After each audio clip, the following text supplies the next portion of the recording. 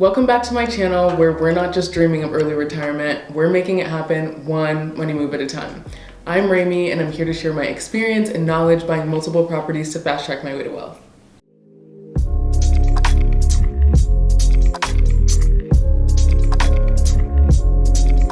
So today I want to talk about house hacking and 3 things you should consider when you're thinking of house hacking. The beauty of house hacking is it makes homeownership more affordable. It can be the difference between being able to afford a house today and having to wait till later because the mortgage payment is too high. I talk about this in my video on making homeownership more affordable that I'll link above. I've personally benefited from house hacking. When I bought my first house, I used it as a way to keep my monthly payment the same as when I was renting and be able to use the difference to accelerate my investing in other property.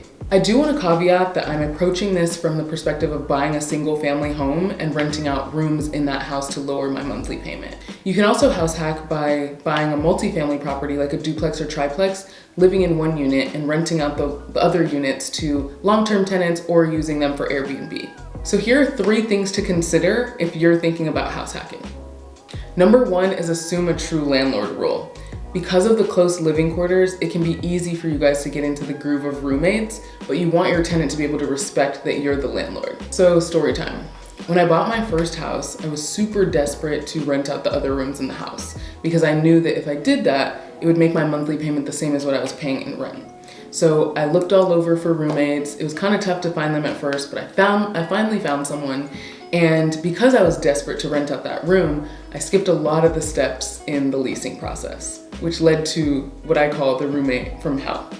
One of the things that I told my roommates is if somebody's going to be alone in the house or if they're gonna spend the night, I would like to meet them just because we're all female. I wanna definitely make sure that there's a safe environment. So one day, I was working remotely, I was working from home, and I kept hearing noises from her room upstairs. But I kind of gaslit myself into thinking that it was all in my head. So I'm working away, but then the noises get louder and louder to the point where I couldn't ignore them anymore.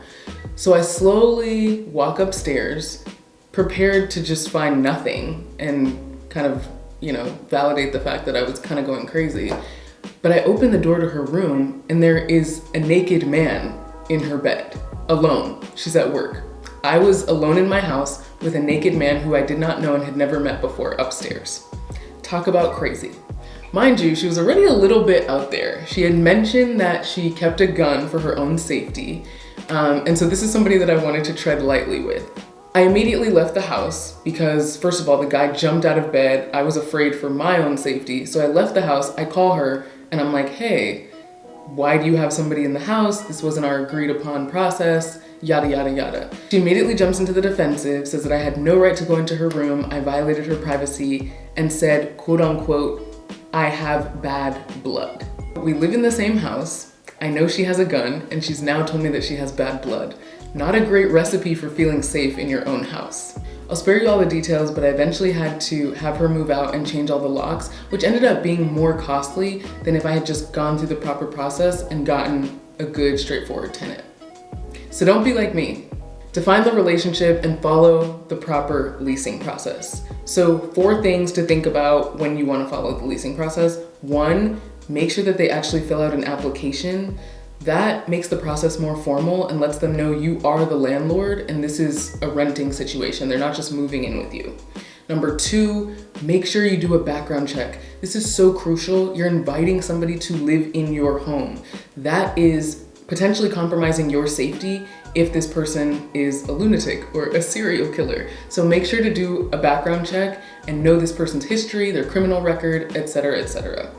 3 is actually draw up a lease. I've seen situations where someone's just like, yeah, we have, a verbal agreement, or maybe we have like an email agreement. Look up a lease in your state and make sure that you both sign it. Rocket Lawyer is a super helpful resource to get that done. And then 4, make sure they have renter's insurance. If they don't have renter's insurance and there's a fire or other damage to the property and some of their items get damaged, you could potentially be liable. So make sure to protect their stuff and protect you as well. The second thing to think about when you're house hacking is that you should split expenses evenly. So I made the mistake early on of saying that I would pay for all utilities to make living in my house more attractive. Big mistake. The problem with that is I couldn't control how people were using the utilities, especially when I wasn't home. There were people that would bake all day, leave the lights on. They had no stake in making sure that we could keep the utilities costs down. which costs me a lot. When everyone has to pay for the expenses evenly, there's more diligence in how things are used. And lastly, and so very important, is keep an emergency fund. This is good advice in general, but especially if you own a home, and especially if you have other people living in that home with you, you wanna have an emergency fund. There's gonna be more natural wear and tear, things are going to break. It's kind of just inevitable when there are more people living in the house. So making sure that you have an emergency fund will ensure that you're not caught off guard when situations like this arise.